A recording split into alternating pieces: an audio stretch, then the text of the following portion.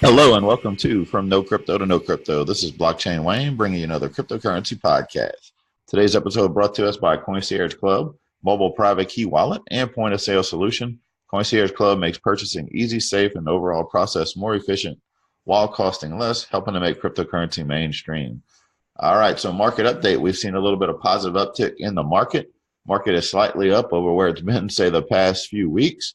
And many things are positive in the news. And that's kind of what I want to kick off the news update with, just to cover some headlines. I'm not going to dig deep into all of these articles, but just to give you an idea of the headlines that have been surfacing over the last 24 to 48 hours, just showing how the sentiment is changing when it comes to Bitcoin and cryptocurrency in general. So first headline, the number of Bitcoin short positions just hit a 3-month low. Right. So what does that mean? When people are short, they're betting that Bitcoin will go down. So if it's hitting a low, that means not very many people think it's going to go down. And everybody, there's a general consensus it could be going up from here. And I've always said the true indication of a bull run is going to happen when the general consensus is Bitcoin has bottomed out and it's going to start going up. Because let's face it, traders that short Bitcoin, they're not necessarily against Bitcoin. They are just trading with the trend and they feel that it's going down, right? So it's not like they're anti-Bitcoin. They just feel there's more downside, so they short it. And that's actually hit a low. So that's what we're looking at now. Another headline, Bitcoin indicator suggests buyers are accumulating. Now, we've been seeing this quite a bit. I think a lot of institutional money that you don't realize is accumulating Bitcoin right now, along with many of the big holders. They are adding positions. It's kind of what I've been doing personally. So it's good to see that headline. Next up, so Mike Novogratz has been in the news quite a bit lately, and it says Novogratz says Bitcoin will see record highs in 2019. Now, he also went on to say Bitcoin will finish above 10,000 in 2018. That was another headline I found. So definitely bullish there.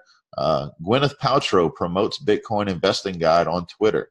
So Gwyneth Paltrow promoted a Bitcoin investing guide, and having someone mainstream like that really just promote Bitcoin, it's good exposure. And I'll be honest, I actually saved the link to that investing guide that she was recommending, and plan on looking at it and sharing my feedback on a future podcast.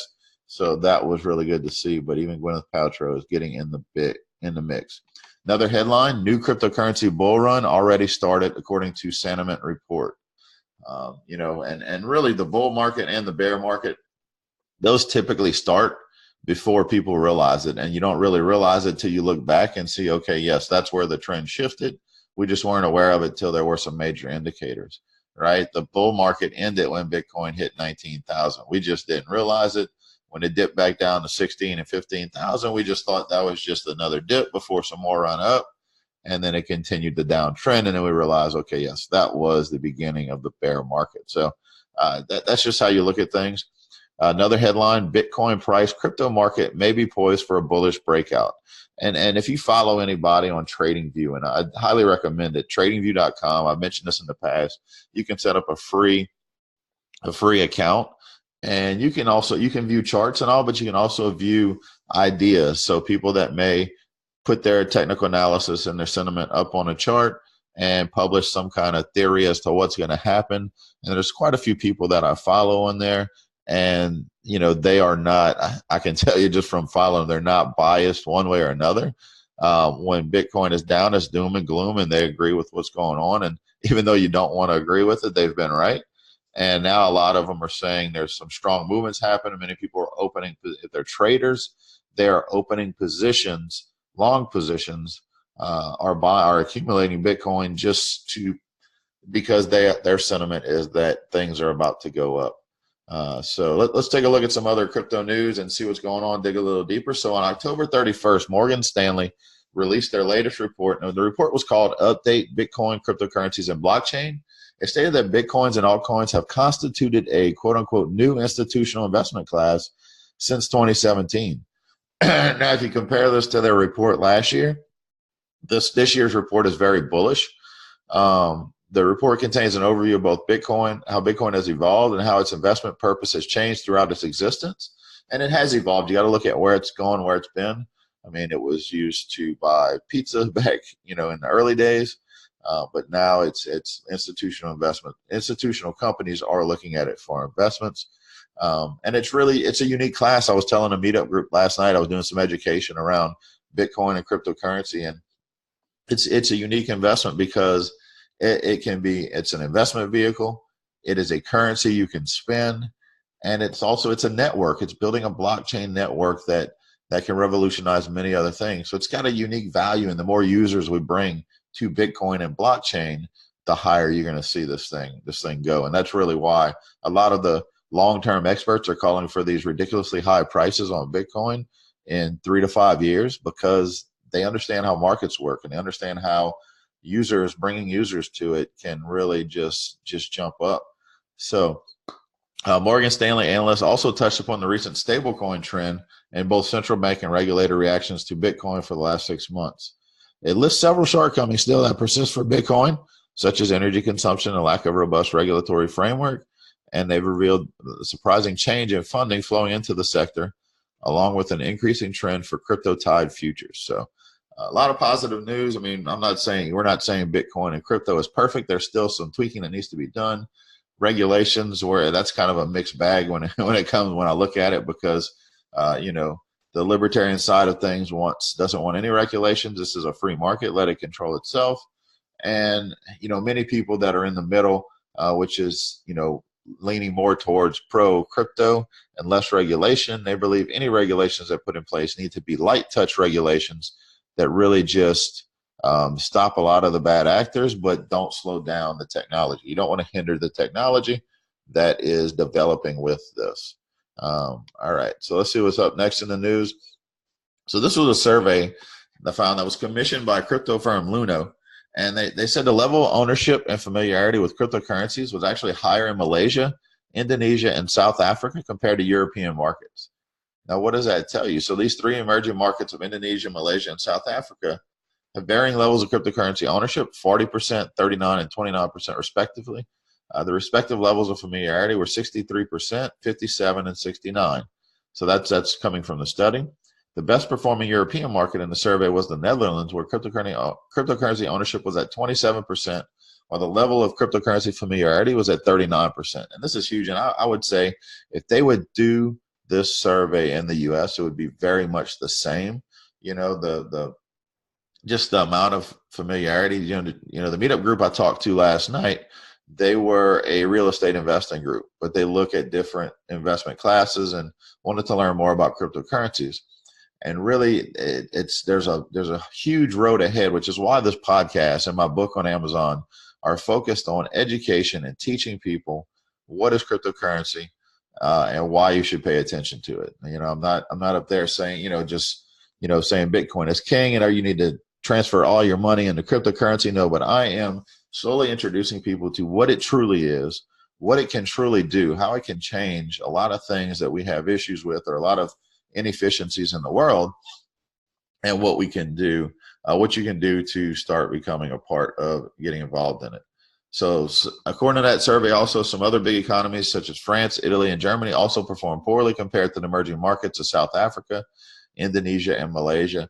And really, I mean, that just ties to so many people are stuck in this old mindset of banks and stocks and bonds. And I'm not saying those are a bad thing, but there's a lot of things wrong with the current system, right? When you truly look into what is fractional reserve banking, people that are close to what's happening, if they see what's happening in Venezuela and Zimbabwe and a lot of other countries where hyperinflation of the fiat government issued currency has taken over. And when you really understand what our currency really is, our dollar is not backed by gold anymore. It's backed by debt. And people don't realize that. That note only has value as long as people are willing to exchange it. But when confidence gets shaken, that's why our buying power is diminishing year over year. All right. So next up in the news, I found this pretty interesting. So Decentraland and Ripio partner for a crypto mortgage service. Now, Decentraland, the last episode I did, I talked about crypto collectibles. Not just cryptocurrency, but crypto collectibles where people can buy the baseball bobbleheads I mentioned, the crypto kitties, and Decentraland is one of those collectible tokens. And what it is they built a digital world. Decentraland built a digital world with a virtual reality platform and you can buy land. So now Ripio is partnering, saying that you can take out a mortgage to buy land in this digital world. Now, where's the future of this thing going? They're providing infrastructure for a 3D world, has infinite, has a limited number of space.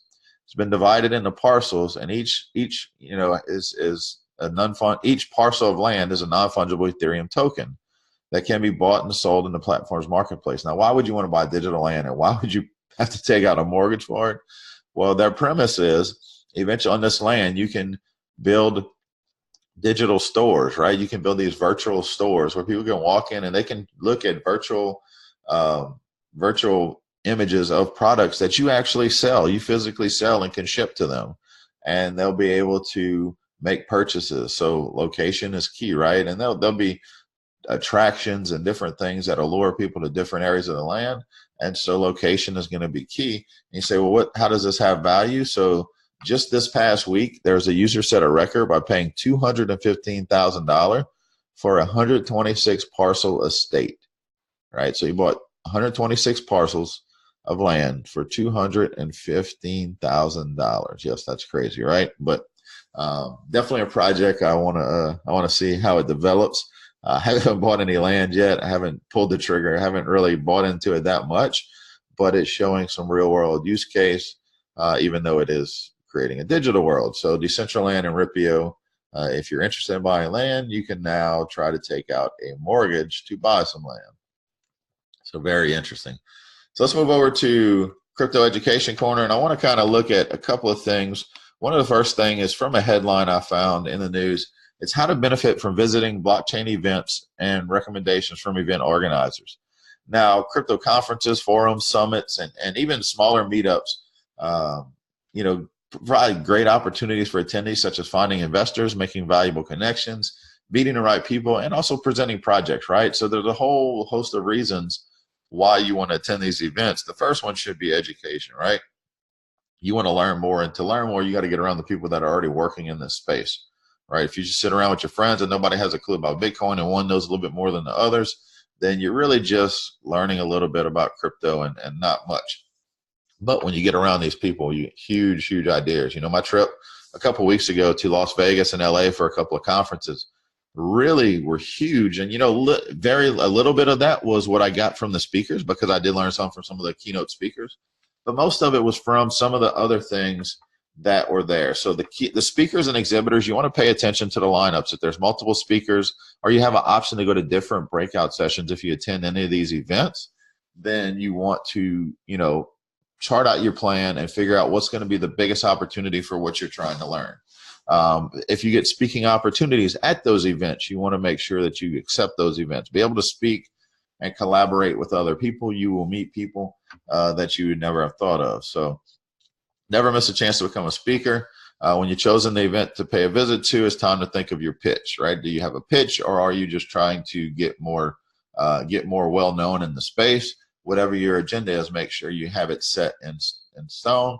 And also there are side events and after parties as well, where you can network. One of the biggest things about my trip to LA was, which is leading to a future business venture. Well, it did not happen at the convention, but an event after the convention where we were staying, and met, some really great people that are rolling out some new technology that we want to be a part of. So when it looks like events, so I'm a shout out a couple of them. So if you're in or are planning on or want to come to Louisiana, there's 2 events coming up. There is, and I'm going to post these links on the Facebook page from No Crypto to No Crypto so you can take a look at them.